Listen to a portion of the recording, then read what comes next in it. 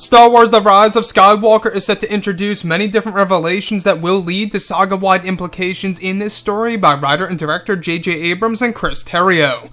This is Mike Zero. Make sure to subscribe if you are new to the channel for future Star Wars content. Now, what's really exciting about Episode 9 is that we do know that this film is going to hold many connections to the prequels, the originals, Star Wars Rebels, and even using Legends material as a form of inspirational source material to tell a very unique and original story by Abrams, Terrio, and even George Lucas himself, the creator of everything related to Star Wars. Now, on top of all of this, what's really exciting is that these past couple of weeks or so, we've been learning a whole lot more about this film, and when it all comes down to one of the concept art descriptions, this is where things begin to get very exciting for Episode 9. Now, specifically, what's really intriguing about all of this is that shot descriptions consisting of both Rey and Kylo Ren holding hands, where it's explained that they are shrouded in darkness, where Kylo is said to be using the flow walking technique.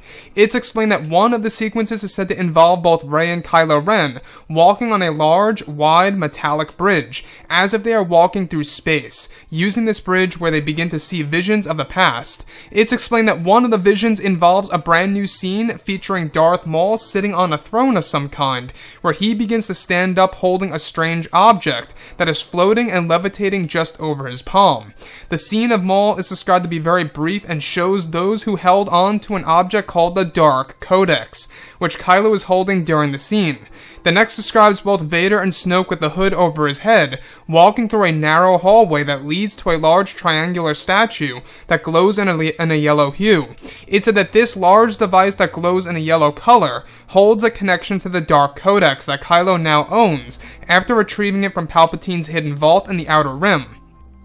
Now, the scene is said to be very similar to that of the Worlds Between Worlds from Star Wars Rebels, however with more visions of the past as well as auditory hallucinations for both Kylo Ren and Rey.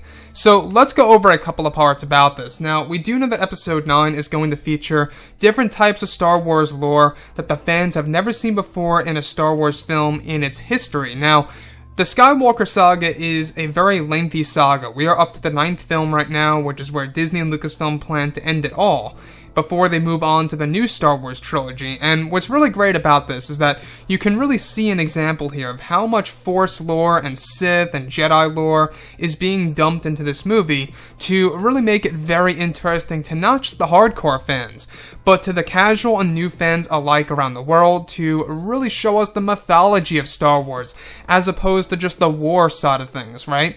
So that's what I love about Star Wars. It's not just the wars, but it's also the mythology, everything related to the Jedi, the Sith, the artifacts, the relics, the lightsabers, the Force itself. I love that side of this franchise.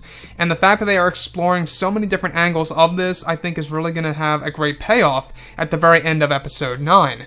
So, they go through the flow walking session, which is said to be initiated by Kylo Ren in this particular scene, where the imagery is said to be very similar to that from Star Wars Rebels Season 4's episode, I believe it was, The Worlds Between Worlds. And within all of that, we have Kylo Ren holding on to an object called the Dark Codex, in which they begin to see visions of those who held on to this device, such as Darth Maul, Snoke, and even, of course, Darth Vader. Now, the Dark Codex is said to have once belonged to the Dark Acolytes, in case you guys did not know. It's said to contain secret code of course, the Beyond itself, and the power of the origins of the dark and the light side, and a power far greater than both sides of that. So, what I like about this is that the Dark Codex, in case you guys did not know, this was an original idea that was going to be implemented into the early 2000s for the EU that was eventually rejected. They were going to have a thing called the Dark Codex that would be held by Master Luke Skywalker at some point in time. It might have been from one of the original ideas for the Star Wars Legacy comics, if I'm not mistaken, before it was rejected. But I digress. What's really great about this film is that you can really see how they're implementing time travel in a different way. It's not necessarily where it's time travel like Back to the Future or anything like that, where you can change the course of history. This is just Kylo Ren and Rey using this as a way to really understand elements of the past and what they could do with that information for the future. So it wouldn't necessarily change the future, but it would change how they can pretty much, bring themselves on certain paths in the present. And I think that's going to be a very interesting angle for Star Wars as a whole. It's almost like we are getting time travel, but at the same exact time, we're not really getting time travel like the way we think we're getting it.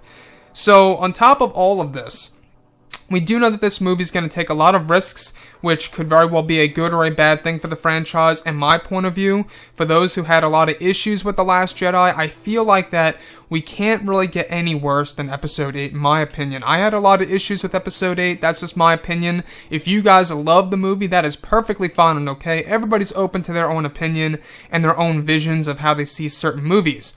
So, anyways guys, drop a comment below, let me know what you think about all this in the comments, and if you guys did enjoy the content for today, do make sure to drop a thumbs up on this video to support the channel. I thank you all so very much for the kind support, and I'll catch you guys next time.